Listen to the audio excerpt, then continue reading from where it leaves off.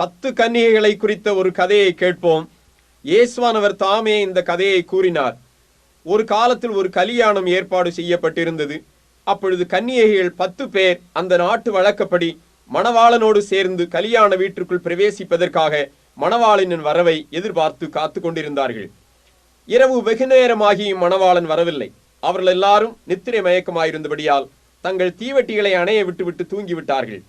அவர்களில் 5 பேர் புத்தியுள்ளவர்களாயிருந்தபடியால் தங்கள் தீவட்டிகளோடு தங்கள் பாத்திரங்களில் எண்ணெயை கொண்டு போனார்கள். மற்ற 5 பேரும் புத்தியற்றவர்கள், ஏனெனில் அவர்கள் தங்கள் தீவட்டிகளை கொண்டு போனதே அன்றி எண்ணெயை கொண்டு போகவில்லை. நடுராத்திரியிலே இதோ மணவாளன் வருகிறார், அவருக்கு எதிர்கொண்டு போக புறப்படுங்கள் என்கிற சத்தத்தை கேட்டு அந்த கன்னிகைகள் எல்லாரும் விழித்து விட்டார்கள். அவர்கள் ஆத்திரத்தோட எழுந்திருந்து தங்கள் தீவட்டிகளை ஆயத்தப்படுத்தினார்கள். புத்தி இல்லாதவர்களிடத்தில் எண்ணெய் இல்லாதபடியால் அவருடைய தீவட்டிகள் அணைந்து விட்டன. உடனே அவர்கள் விற்கிறவரிடத்தில் சென்று எண்ணெய் வாங்குவதற்காக தீவிரமாய் சென்றார்கள். அந்த வேளையில் தானே மணவாளன் வந்துவிட்டார். கதவு திறக்கப்பட்டது. ஆயத்தமாயிருந்தவர்கள் அவரோடே கூட கல்யாண வீட்டிற்குள் பிரவேசித்தார்கள். என்ன ஆனந்தம், என்ன சந்தோஷம்!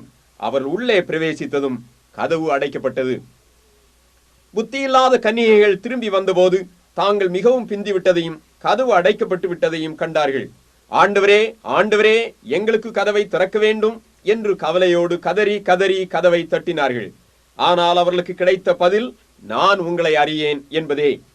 சிநேகிதரே, சற்றே கவனியுங்கள்.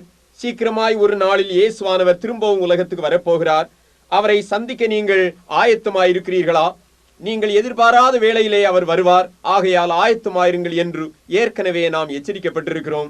மேலும் ஆண்டவர் தாமே, பரலோகத்தில் இருக்கிற என் பிதாவின் சித்தத்தின்படி செய்கிறவன் பரலோக ராஜ்யத்தில் பிரவேசிப்பானே அல்லாமல் என்ன நோக்கி கர்த்தாவே கர்த்தாவே என்று சொல்லுகிறவன் அதில் பிரவேசிப்பதில்லை என்று திட்டமாய் சொல்லியிருக்கிறார். ஆண்டவருடைய வருகைக்கு நீங்கள் ஆயத்தமாயிருக்கிறீர்களா? பரலோகத்தில் பிரவேசிக்க ஒரு வழி மாத்திரமே உண்டு. ஆயத்தப்படவும் வழி ஒன்றே. இயேசு ஒருவரே பாவங்களை மன்னித்து உள்ளத்தை சுத்தமாக்கி ஆயத்தப்படுத்தக்கூடியவர். ஆயத்தமாகாத அநேகர் இருக்கிறார்கள். அவர்களில் சிலர் நான் அதிக மோசமல்ல என்பார்கள். சிலர் என்னுடைய சபையில் எனக்கு அதிக செல்வாக்கும் மதிப்பும் உண்டு என்பார்கள். தேவன் இரக்கமுள்ளவர் அல்லவா என்பார்கள் வேறு சிலர். என் மார்க்கமே எனக்கு போதுமானது என்பார்கள் சிலர். நான் நல்ல கிறிஸ்தவ பெற்றோருக்கு பிறந்து சிறந்த சன்மார்க்கத்தில் வளர்க்கப்பட்டேன் என்று பெருமை பேசுவார்கள் வேறு சிலர். ஆயினும் இவர்கள் எல்லாருக்கும் கிடைக்கும் பதில் மெய்யாகவே நான் உங்களை அறியேன் என்பதே. அப்பொழுது அங்கே பயங்கரமான அழுகையும் பற்கடிப்பும் உண்டாயிருக்கும். சிநேகிதனே, கர்த்தராகிய இயேசு கிறிஸ்துவை இப்பொழுதே விசுவாசத்தால் பற்றிக்கொள். அவர் உன் பாவம் அனைத்தையும் மன்னிப்பார். அவருடைய ஆவியானவர் அணைந்து போகாத விளக்காய் உன் உள்ளத்தில் என்றென்றும் தங்கியிருப்பார். ஆண்டவர் மகிமையோடு வரும்போது நீ ஆயத்தமாக்கப்பட்டவனாய் காணப்படுவாய். நித்திய ஆசீர்வாதத்தை பெற்றுக்கொள்வாய். உடனே தீர்மானம் செய். நிர்விசாரமாயிராதே. காலத்தை கடத்தாதே. நினையாத நேரத்தில் கர்த்தர் வந்து விடுவார்.